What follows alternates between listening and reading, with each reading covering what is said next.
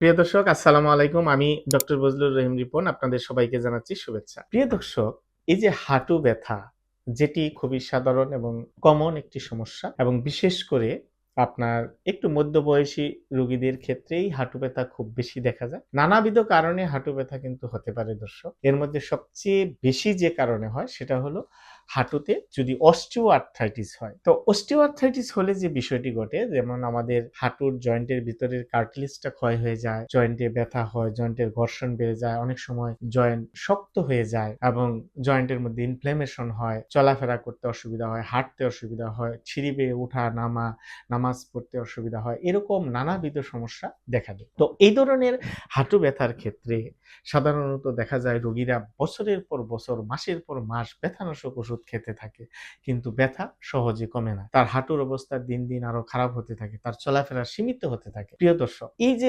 Osteoarthritis ব্যথানাশক ওষুধ খেলে কমে না, এর মেইন কারণ হচ্ছে এটা একটা প্রগ্রেসিভ ডিজেনারেটিভ ডিজিজ। সুতরাং এই ক্ষেত্রে ব্যথানাশক ওষুধ খুব একটা ভালো কাজ করে না। আর তাছাড়া ব্যথানাশক ওষুধ কিন্তু খুব দীর্ঘ সময় খাওয়া যায় না। সেই ক্ষেত্রে ব্যথানাশক ওষুধ শরীরে নানাবিধ সমস্যার তৈরি করে। সুতরাং তাহলে আমাদের এই ধরনের হাঁটু ব্যথার ক্ষেত্রে আমাদের মূলত কি চিকিৎসা? সেটি হচ্ছে ফিজিওথেরাপি। বিভিন্ন গবেষণায় বলে ফিজিওথেরাপি হচ্ছে হাঁটু ব্যথার জন্য ফার্স্ট লাইন চিকিৎসা পদ্ধতি। এখানে ফিজিওথেরাপিটা আসলে কিভাবে কাজ করে সেই বিষয়টি আপনাদের জানার জন্যই আজকের এই ভিডিওটা।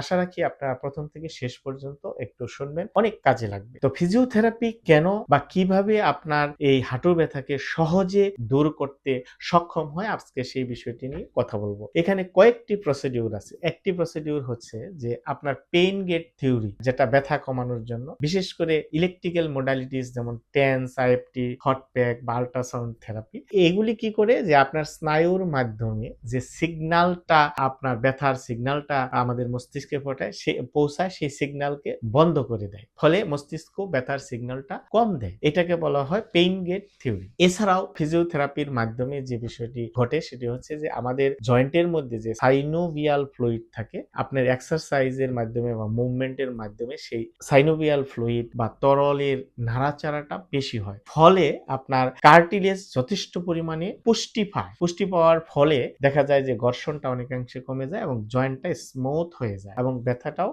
অনেকটা কমে যায়। আরেকটি ইম্পর্টেন্ট বিষয় হলো যে এক্সারসাইজের মাধ্যমে, বিশেষ করে আপনারা জানেন যে যখন অস্টিওআর্থ্রাইটিস হয় তখন আমাদের quadriceps muscle, hamstring muscle, gluteal মাসলগুলা দুর্বল হয়ে যায়। যখন সেই মাসলগুলিকে এক্সারসাইজ বা ব্যায়ামের মাধ্যমে যখন শক্তিশালী করা হয়, তখন কিন্তু আমাদের জয়েন্টের উপর 30 থেকে 40% চাপ কমে যায়। ফলে কি হয়, জয়েন্ট শক্তিশালী হয়, জয়েন্টের স্টেবিলিটিটা বাড়ে। সেক্ষেত্রে আপনার ব্যথাটাও অনেকাংশে কমে যায়।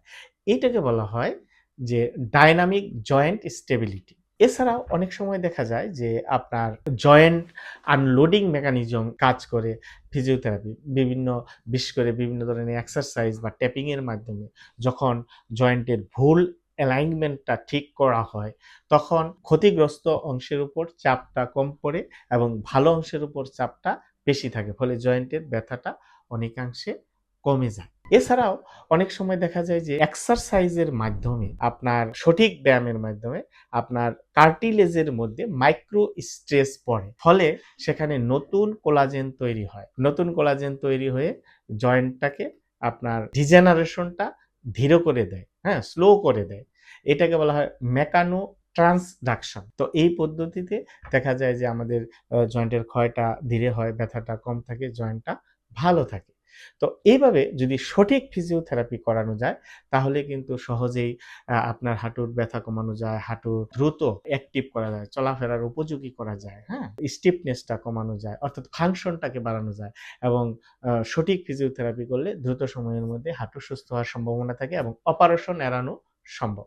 সুতরাং প্রিয় দর্শক, আপনারা যারা দীর্ঘদিন হাঁটু ব্যথায় ভুগছেন, আপনারা অবশ্যই একজন বিশেষজ্ঞ ফিজিওথেরাপি চিকিৎসকের পরামর্শ নিতে পারেন। আমাদের পরামর্শ নিতে চাইলে আমাদের স্ক্রিনে দেওয়া নাম্বারে যোগাযোগ করতে পারেন। ধন্যবাদ সবাইকে। আসসালামু আলাইকুম।